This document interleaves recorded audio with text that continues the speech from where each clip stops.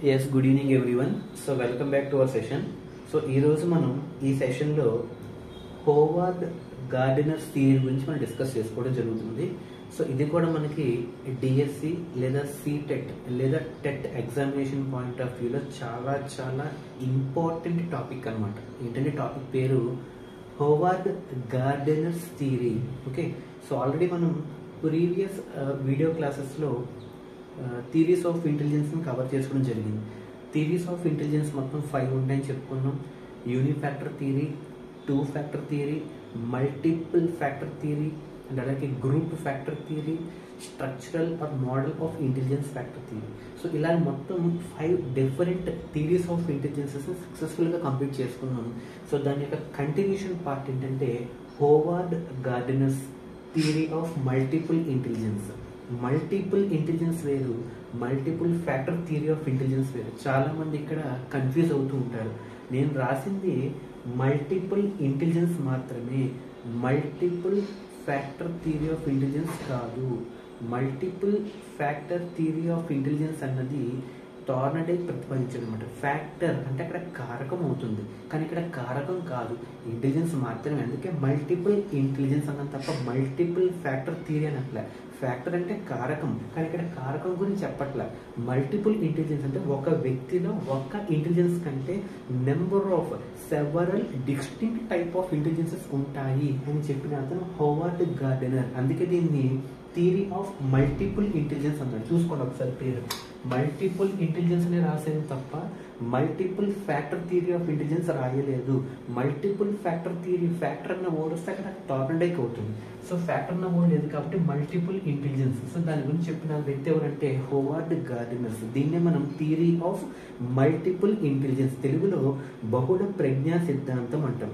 బహుళ ప్రజ్ఞ, మల్టిపుల్ అంటే బహుళ, ఇంటెలిజెన్స్ అంటే ప్రజ్ఞ, బహుళ ప్రజ్ఞా సిద్ధాంతము అని అంటాం. Theory of multiple intelligence. దీన్ని ప్రపోజ్ చేసినటువంటి వ్యక్తి ఎవరంటే హోవార్డ్ గార్డెనర్.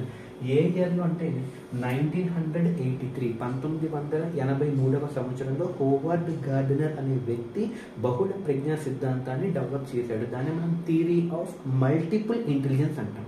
మరి అతను రచించినటువంటి గ్రంథం పేరు ఏంటంటే, ఈ థియరీ అంతా ఎందులో ఉంది అంటే ఈ పుస్తకంలో ఉంది, ఈ గ్రంథంలో. ఆ గ్రంథం పేరు చూడండి, the frames of mind. Mind అంటే బుర్ర. Okay, the frames of mind theory of multiple intelligence. The frames of mind the theory of multiple intelligence అనే గ్రంథంలో ఈ మల్టిపుల్ ఇంటెలిజెన్స్ థియరీ యొక్క మ్యాటర్ అంతా అందులో ఉందన్నమాట. ఆ గ్రంథం పేరేంటి?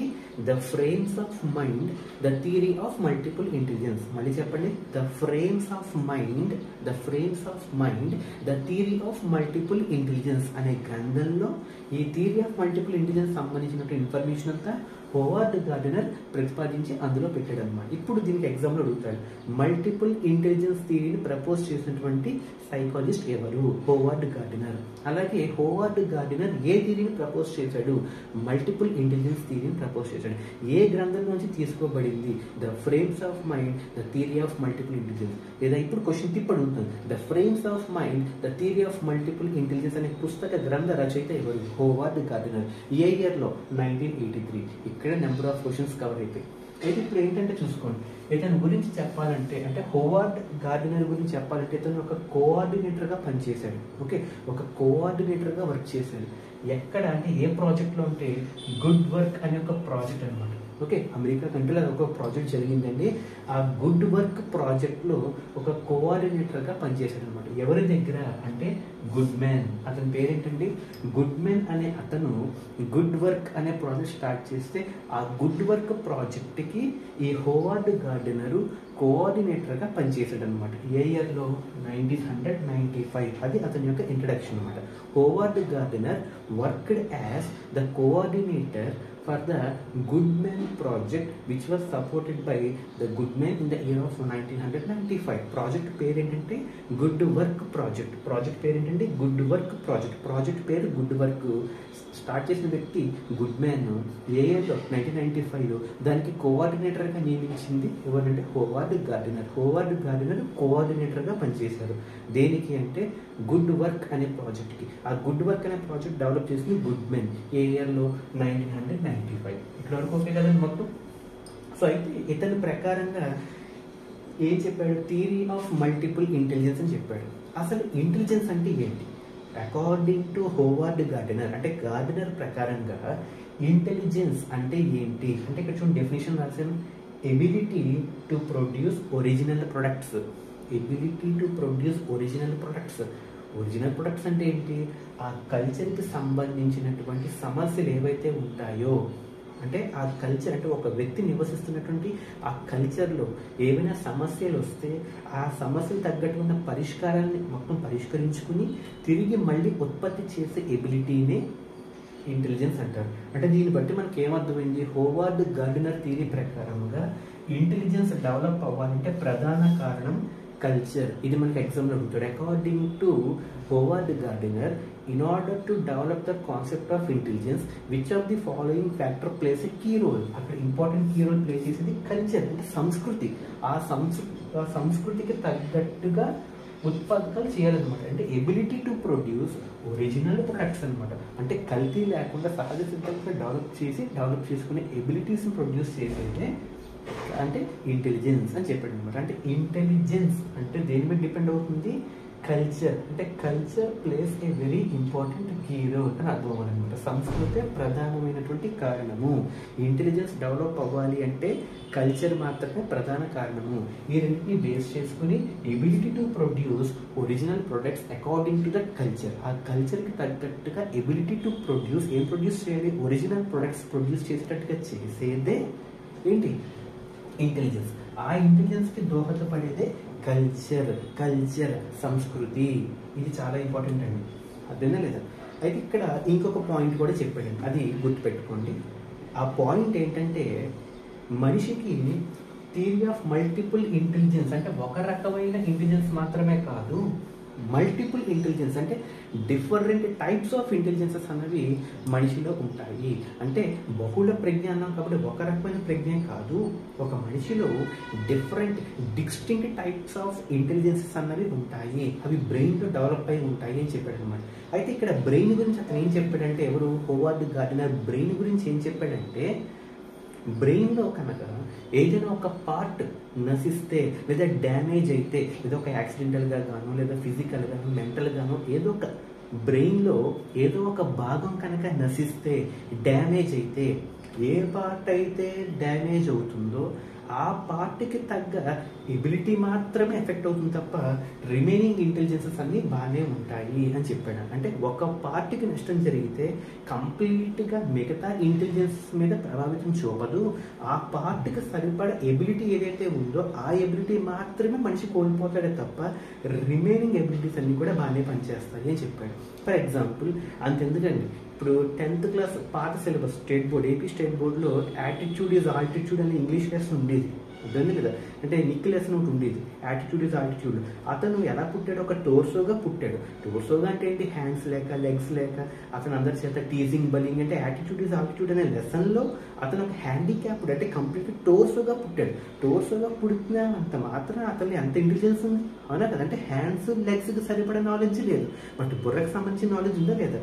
అలాగే బుర్రలో అంటే డ్యామేజ్ ఏదైనా ఒక పార్ట్కి జరిగితే ఆ పార్ట్కి తగ్గ ఎబిలిటీ మాత్రమే కోల్పోతాడే తప్ప రిమైనింగ్ ఇంటెలిజెన్సెస్ అన్ని నార్మల్గానే ఉంటాయి అని చెప్పిన అతను హోవార్డ్ గార్డెనర్. అంటే damage to one part of the brain effects only that particular ability, sparing remaining on the intelligence. Sparing అంటే మిగతా వాటిని వదిలేస్తుంది, పెద్ద ప్రభావితం చేయదు. కానీ ఏ పార్ట్కి అయితే డ్యామేజ్ అవుతుందో ఆ పార్ట్ యొక్క ఎబిలిటీ మాత్రమే ఎఫెక్ట్ అవుతుంది అని స్పష్టంగా చెప్పినటువంటి వ్యక్తి ఈ హోవార్డ్ గార్డెనర్. అలాగే ఇంటెలిజెన్స్ డెవలప్ అవ్వాలంటే ఏది కీ రోల్ ప్లే చేయాలి? కల్చర్. అంటే కల్చర్ ఇంటెలిజెన్స్ డెవలప్ చేస్తుంది కాబట్టి intelligence is nothing but ability to produce original products అని చెప్పినట్టుగా Howard gardener.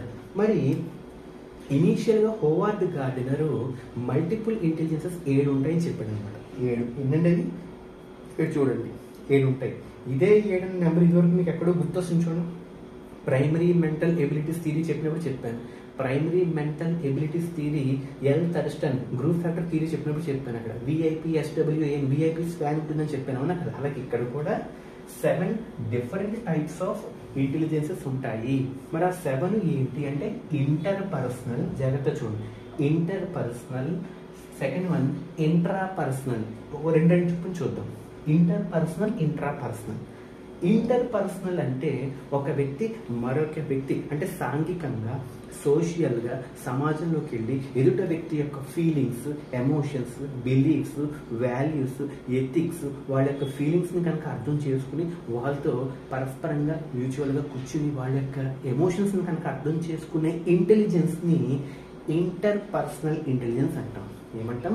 Interpersonal intelligence. Interpersonal అంటే ఒక వ్యక్తి సొసైటీలో మరొక వ్యక్తితో పరస్పరంగా సోషియల్గా ఇంటరాక్ట్ అయ్యి తోటి వాళ్ళ యొక్క ఫీలింగ్స్, ఎమోషన్స్, వాల్యూస్, బిలీఫ్స్, థాట్స్ని వాల్యూ ఇచ్చి అర్థం చేసుకుంటే దాన్ని ఇంటర్పర్సనల్ ఇంటెలిజెన్స్ అంటే సొసైటీలో మింగిల్ అవ్వాలి. కాబట్టి దీన్ని మనం సోషల్ స్మార్ట్ అంటాం. వీళ్ళని ఏమంటాం?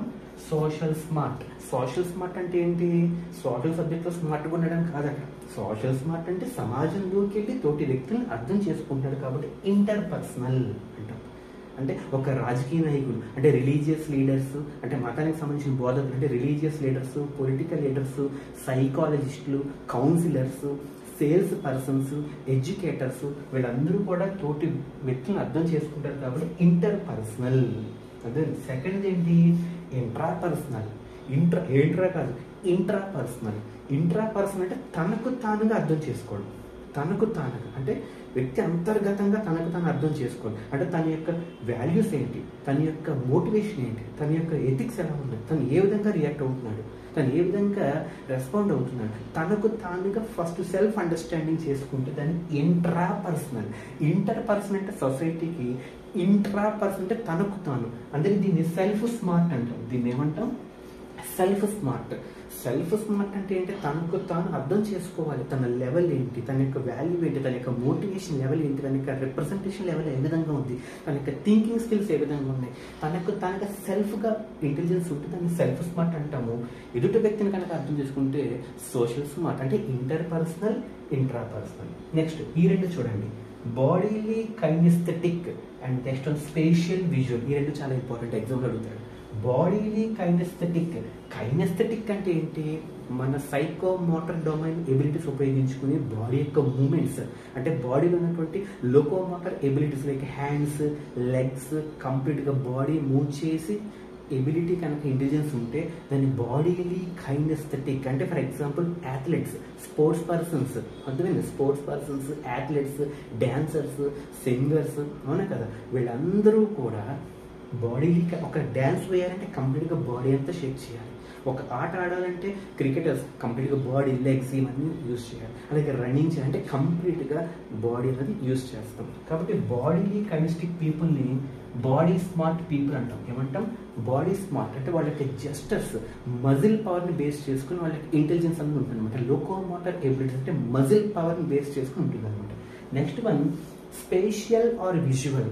స్పేషియల్ అంటే ప్రాదేశిక ప్రాంతాలు. ప్రాదేశికం అంటే ఒక లాట్ వైడ్ స్పేస్లో ఒక ఆర్ట్, డిజైన్స్, ఇంజనీర్స్ అలాగే నెక్స్ట్ లేఅవుట్స్ డిజైన్స్ చేస్తారు చూడండి. అంటే ఈ స్పేషియల్ అంటే ప్రాదేశిక ప్రాంతాల్లో, విజువల్ అంటే అక్కడ వాళ్ళు గమనించి వాళ్ళ యొక్క ట్రిగ్ని డెవలప్ చేస్తారు అనమాట. అంటే ఫర్ ఎగ్జాంపుల్ ఇక్కడ స్పేషియల్, విజువల్ అంటే ఫర్ ఎగ్జాంపుల్ వీళ్ళలో ఉన్న స్పెషల్ ఎగ్జాంపుల్స్ ఏంటంటే ఆర్కిటెక్ట్స్ అంటే ఒక రూపాన్ని చెక్కడం కానీ, ఆర్టిస్ట్, పెయింటర్స్, అలాగే స్కల్ప్చర్స్ వీళ్ళందరూ కూడా మనకి స్పేషియల్ అండ్ విజువల్ అంటే చూసి ఒక పిక్చర్ని ఎలా డ్రా చేయాలి, ఒక వైడర్ స్పేస్ అంటే స్పేషియల్ ప్రాదేశిక ప్రాంతాల్లో చూసినటువంటి పిక్చర్ని ఎలా పెయింట్ చేయాలి. ఆర్టిస్టులు, ఆర్కిటెక్చర్స్, అలాగే స్కల్ప్చర్స్, ఇంజనీర్స్ వీళ్ళందరూ కూడా మనకి ఇందులోకి వస్తారు. అందుకే వీళ్ళందరూ కూడా చూసి గీసేయగలరు కాబట్టి వీళ్ళని పిక్చర్ స్మార్ట్ అంటాం. ఏమంటాం? Picture smart. ఎవరిని పిక్చర్ స్మార్ట్ అంటాము?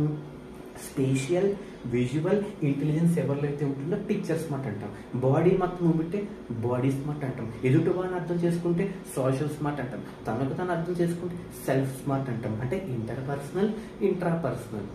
అలాగే bodily kinesthetic and spatial visual intelligence. ఇక్కడ 4 అయిపోయి. ఓకే, నెక్స్ట్ లింగ్విస్టిక్ అంటే ఇది భాషకు సంబంధించి. లింగ్విస్ట్ అంటే లాంగ్వేజ్, లాంగ్వేజ్ అంటే భాష, భాష అంటే పదాలు. అంటే పదాలు చాలా ధారాళంగా వాడడం, ఫ్లూయెన్సీ, ఫ్లెక్సిబిలిటీ, ఎక్కడ కూడా తడువుకొని చక్కగా స్పష్టంగా మాట్లాడడం, వాక్చాతుర్యం బాగా ఉండడం అనమాట. అంటే లింగ్విస్టిక్ అంటే భాషను బాగా ఉపయోగించి పదాల ద్వారా ఎదుట మనిషిని కన్విన్స్ చేసి ఆకర్షించుకునే శక్తి అనమాట. ఎదుట వ్యక్తుల్ని ఆకర్షించుకుని తన యొక్క పదజాలాలతో అట్రాక్ట్ చేసుకుని వాళ్ళ యొక్క భాషను కరెక్ట్గా యూజ్ చేసి అట్రాక్ట్ చేసుకునే ఎబిలిటీ మనం లింగ్విస్టిక్ ఇంటెలిజెన్స్ అంటాం. లింగ్విస్టిక్ అంటే భాషకు సంబంధించింది, భాష అంటే పదాలకు సంబంధించింది కాబట్టి వీళ్ళని మనం వర్డ్ స్మార్ట్ అంటాం. ఏమంటాం? వర్డ్ అంటే పదాలకు చాకచక్యంగా వ్యవహరిస్తారు కాబట్టి లింగ్విస్టిక్ పీపుల్ని మనం వర్డ్ స్మార్ట్ అంటాం. మరి వీళ్ళకి ఎగ్జాంపుల్స్ ఎవరంటే కౌన్సిలర్స్ ఉంటారు, అలాగే ఉపన్యాసకులు మనకి చాగంటి వారు, అలాగే గరికపాటి వారు, అలాగే మనకి స్పీచ్ ఇచ్చే వివేకానంద స్వామి, అలాంటి వీళ్ళందరూ కూడా బాగా అట్రాక్ట్ చేసుకుంటారు. అబ్దుల్ కలాం, అవునా కదా? సో అలా మనకి ఏంటంటే బాగా అట్రాక్ట్ చేస్తారు. అలాగే ఆథర్స్, పోయెట్స్ అంటే పుస్తక రచయితలు, ఆథర్స్, పోయెట్స్ వీళ్ళందరూ కూడా అంటే టీచర్ కూడా పాఠం చెప్పి పిల్లల్ని అట్రాక్ట్ చేసుకుంటాడు, అవునా కదా? అంటే లాయర్, అకౌంటెంట్, టీచర్స్, జర్నలిస్టులు కూడా, పోయెట్స్, ఆథర్స్, నెరేటర్స్, వక్తలు అంటే మాట్లాడేవాళ్ళు, స్పీకర్స్, నెరేటర్స్ వీళ్ళందరూ కూడా లింగ్విస్టిక్లోకి వస్తారు అనమాట. నెక్స్ట్ మనం లాజికల్, మ్యాథమెటికల్. లాజికల్గా ఆలోచించగలరు, మ్యాథమెటికల్ అంటే ఇందులో మ్యాథమెటిషియన్స్, అలాగే సైంటిస్టులు, డిటెక్టివ్స్ అంటే ఒక కేసుని ఈజీగా ఫైండ్ అవుట్ చేయాలి అంటే వాళ్ళు లాజికల్గా ఆలోచిస్తారు కాబట్టి. అర్థమవుతుంది లేదు? అందుకే వీళ్ళని నెంబర్ స్మార్ట్ అంటారు. వీళ్ళని నెంబర్ స్మార్ట్. ఎవరిని? లాజికల్, మ్యాథమెటికల్ వాళ్ళని నెంబర్ స్మార్ట్ అంటారు అనమాట. అంటే దీనికి ఎగ్జాంపుల్స్ మ్యాథమెటిషియన్స్, సైంటిస్టులు, డిటెక్టివ్స్ వీళ్ళందరూ లాజికల్గా ఉంటారు కాబట్టి లాజికల్, మ్యాథమెటికల్ వీళ్ళని నెంబర్ స్మార్ట్ అంటారు. Next one musical intelligence. ఇది ఆల్రెడీ చెప్పచ్చు, పేరులోనే ఉంది. సంగీత విద్వాంసులు అంటే సింగర్స్, ఎస్పి బాలసుబ్రహ్మణ్యం, లతా మంగేష్కర్, అలాగే కీరవాణి, ఇలా డిఫరెంట్ సింగర్స్, సుబ్బలక్ష్మి, అలా డిఫరెంట్ మన సింగర్స్ అందరూ ఉన్నారు కాబట్టి వాళ్ళలో ఉన్నటువంటి టాలెంట్ మ్యూజికల్ ఇంటెలిజెన్స్ అనేక శృతి, లయ, పల్లవి, రాగం, తాళం ఇవన్నీ ఉంటాయి కాబట్టి వాళ్ళు మ్యూజిక్ స్మార్ట్ అంటాం. ఏమంటాం? మ్యూజిక్ స్మార్ట్ అంటాం. అంటే మ్యూజిక్ ఉంది కాబట్టి మ్యూజిక్ స్మార్ట్ అంటాం. లాజికల్గా ఆలోచిస్తే నెంబర్ స్మార్ట్ అంటాం. తోటి వ్యక్తిని ఆకర్షించుకుంటే అంటే సొసైటీలో సోషల్ స్మార్ట్ అంటాం. తనకు తనగా అర్థం చేసుకుంటే సెల్ఫ్ స్మార్ట్ అంటాం. బాడీ అంతా ఊపితే బాడీ స్మార్ట్ అంటాం. పదాలు మాత్రం వాడితే వర్డ్ స్మార్ట్ అంటాం. అలా రకరకాలుగా ఉంటాయి. అలాగే విజువల్, అలాగే స్పేషియల్ ద్వారా ఉన్న ఇంటెలిజెన్స్ అయితే పిక్చర్ స్మార్ట్ అంటాం. ఇకపోతే లాస్ట్ రీసెంట్గా యాడ్ అయింది న్యాచురలిస్ట్. అంటే 7+1 ఆ 1 ఏంటి లాస్ట్లో యాడ్ అయింది ఏంటి? న్యాచురలిస్ట్. అంటే స్టార్టింగ్లో న్యాచురలిస్ట్ అనే ఇంటెలిజెన్స్ లేదు, అది రీసెంట్గా 1990s యాడ్ అయింది. అదేంటి? Naturalist intelligence. అంటే ప్రకృతిలో ఉన్నటువంటి జంతువులు, పక్షులు, మానవులు, నదులు, సరస్సులు, లేకులు అంటే ప్రకృతికి సంబంధించినటువంటి ఇంటెలిజెన్స్ని ఐడెంటిఫై చేయగలిగితే దాన్ని న్యాచురలిస్ట్ ఇంటెలిజెన్స్ అంటాం. అర్థమైంది కదండి? న్యాచురలిస్ట్ అంటే వీళ్ళని నేచర్ స్మార్ట్ అంటాం. ఏమంటాం? నేచర్ స్మార్ట్ అంటే నేచర్ ప్రకృతిలో ఉన్నటువంటి పక్షులు, జంతువుని ఐడెంటిఫై చేస్తారు అనమాట. సో ఇది మనకి హోవార్డ్ గార్డినర్ ప్రతిపాదించినటువంటి multiple intelligence theory. Clear? So good evening, have next day.